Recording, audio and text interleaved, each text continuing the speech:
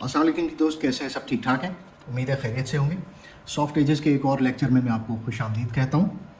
आज हम ऐसे के 3 लेक्चर्स के बाद आज हम फोकस करेंगे वोकैबुलरी को। और वोकैबुलरी के लिए हमने जो शुमारा लिया है डेली डॉन का 25 तारीख का, 25 अगस्त 2025 का ये शुमारा लिया है। और शुमारे में देखें, आपको पहली हेडलाइन नज़र आ रही होगी सामने, Dar Yunus agree to revive all ties SAARC forum. ठीक है, लेक्चर में आगे बढ़ने से पहले मैं आपको रिक्वेस्ट करूंगा कि सॉफ्ट एजेस को ज़रूर सब्सक्राइब करें। मेरे लेक्चर्स मुकम्मल तौर पर फ्री ऑफ कॉस्ट हैं, इसमें कोई फ़ीस नहीं है। और ये मेरा चैनल जो है वो सिर्फ़ और सिर्फ अवामी खिदमत के लिए है। सॉफ्ट एजेस को आप ना सिर्फ खुद सब्सक्राइब करें, but in case if you have got siblings, आपके बहन भाई हों, दोस्त हों, उन सब के साथ आप शेयर कर सकते हैं ताकि नॉलेज में सबकी इजाफा होता रहे। तो चलें जी, शुरू करते हैं। Dar Yunus agree to revive old ties. ठीक है, डार इसहाक डार पाकिस्तान के वज़ीर ख़ारजा हैं और डिप्टी प्राइम मिनिस्टर भी हैं। यूनिस जो है बांग्लादेश के चीफ एडवाइज़र का नाम है, मोहम्मद यूनिस इनका पूरा नाम है। एग्री, ठीक है, तो ये एग्री का मतलब होता है इत्तफाक करना या राज़ी होना। ठीक है, एग्री पहला लफ्ज़ है, एग्री। ठीक है, उसके बाद सेकंड लफ्ज़ पे आते हैं, टू रिवाइव। रिवाइव का मतलब क्या होता है? रिवाइव का मतलब होता है जिंदा करना या बहाल करना। ठीक है, जिंदा करना या बहाल करना। और उसके बाद है इन्वर्टेड कॉमास में देखें, ओल्ड टाइज। ठीक है, ओल्ड टाइज। ओल्ड टाइज का मतलब होता है, ओल्ड का मतलब है पुराने, टाइज का मतलब होता है ताल्लुकात। ठीक है, पुराने ताल्लुकात। अच्छा, उसके बाद आगे चलते हैं, सार्क फोरम। ठीक है, उम्मीद है नज़र आ रहा होगा आपको वाज़ेह।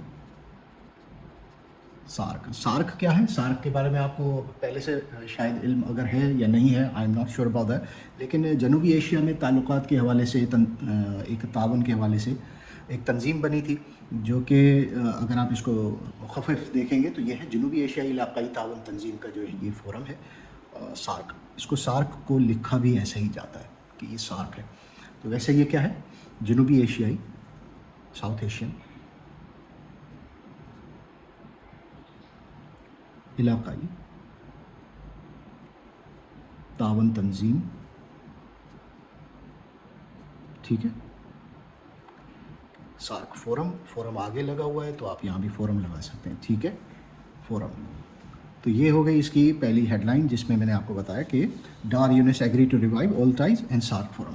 तो इसका मतलब क्या हुआ? मतलब ये हुआ कि डार और यूनिस ने पुराने ताल्लुकात और सार्क फोरम को दोबारा बहाल करने पर इत्तफाक किया है। ठीक है, एग्री। एग्री का मतलब है राज़ी होना या इत्तफाक करना, ये पहले मैं आपको बता चुका हूँ, just in case if you remember, agree. ठीक है, क्लियर हो गया जी? अच्छा, आगे चलते हैं। Foreign ministers disagree on settlement of outstanding issues. ठीक है, सेटलमेंट,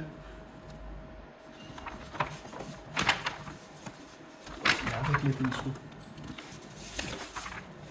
मैं थोड़ा कैमरे को सेट कर लूँ अगर आप इजाज़त दें तो। ठीक है, फॉरेन मिनिस्टर्स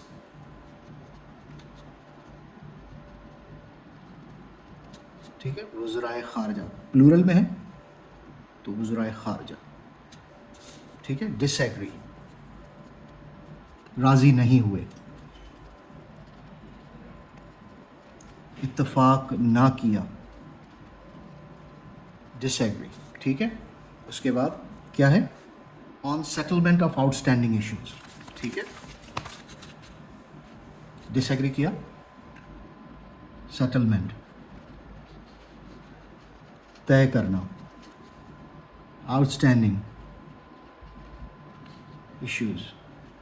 ठीक है, आउटस्टैंडिंग इश्यूज, बाकी मानदा, रह जाने वाले। ठीक है, आउटस्टैंडिंग इश्यूज़, इश्यूज़ कहते हैं मसाइल को, मामलात को, आउटस्टैंडिंग बाकी रह जाने वाले मामलात, ठीक है। आउटस्टैंडिंग इश्यूज़ को हल करने के लिए उनको तय करने पर इत्तेफाक नहीं हो सका, but vow to forge ahead rather than looking back, forge ahead.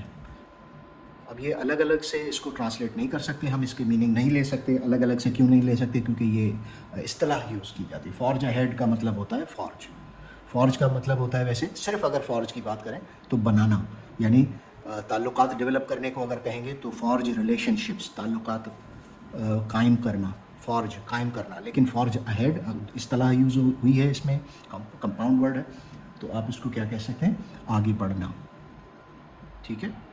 Forge पेश कदमी करना, ठीक है। कंटेक्चुअली आप इसे करेक्ट कहेंगे, लेकिन ये मीनिंग भी ओके है, लेकिन यहाँ पर सूट नहीं करेगी, ठीक है। वाओ अज़्म, ठीक है, जाहिर करना। वाओ टू फॉर्ज अहेड, लेकिन इत्तेफाक नहीं हुआ, आउटस्टैंडिंग इश्यूज़ को सॉल्व करने पर इत्तेफाक नहीं हुआ, डिसएग्री हुए हैं, इत्तेफाक नहीं हुआ, तय कर किस बात पे एग्री नहीं हुए कि बाकी मानदार रह जाने वाले मामलात तय करने पर इत्तेफाक नहीं हुआ, लेकिन वाओ टू अज़म जाहिर किया है कि आगे बढ़ेंगे। Than looking back, than looking back,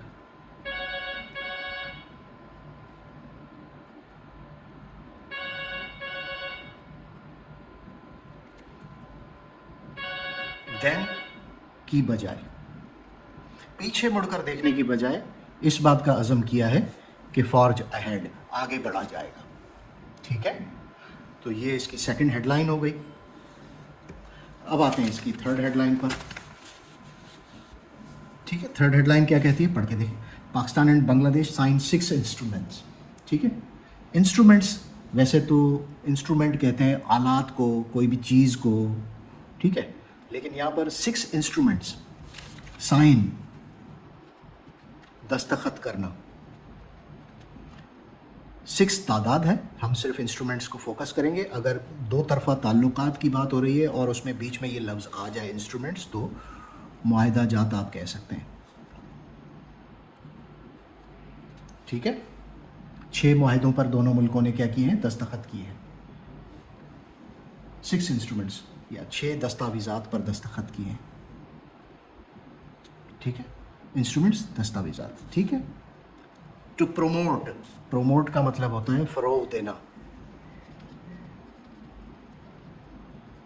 ठीक है। प्रोमोट, कोऑपरेशन,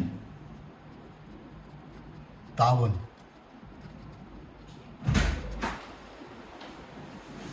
ठीक है, ताउन। एंड देन ट्रेड, तिजारत, अकेडमिया,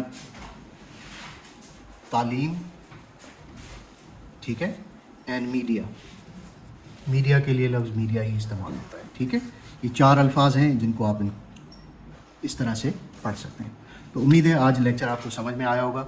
अगले लेक्चर में मैं आपको ख़ुद दोबारा खुशामदीद कहूँगा। तब तक के लिए मेरे चैनल को लाइक एंड सब्सक्राइब ज़रूर कीजिएगा। तब तक के लिए अल्लाह हाफ़िज़।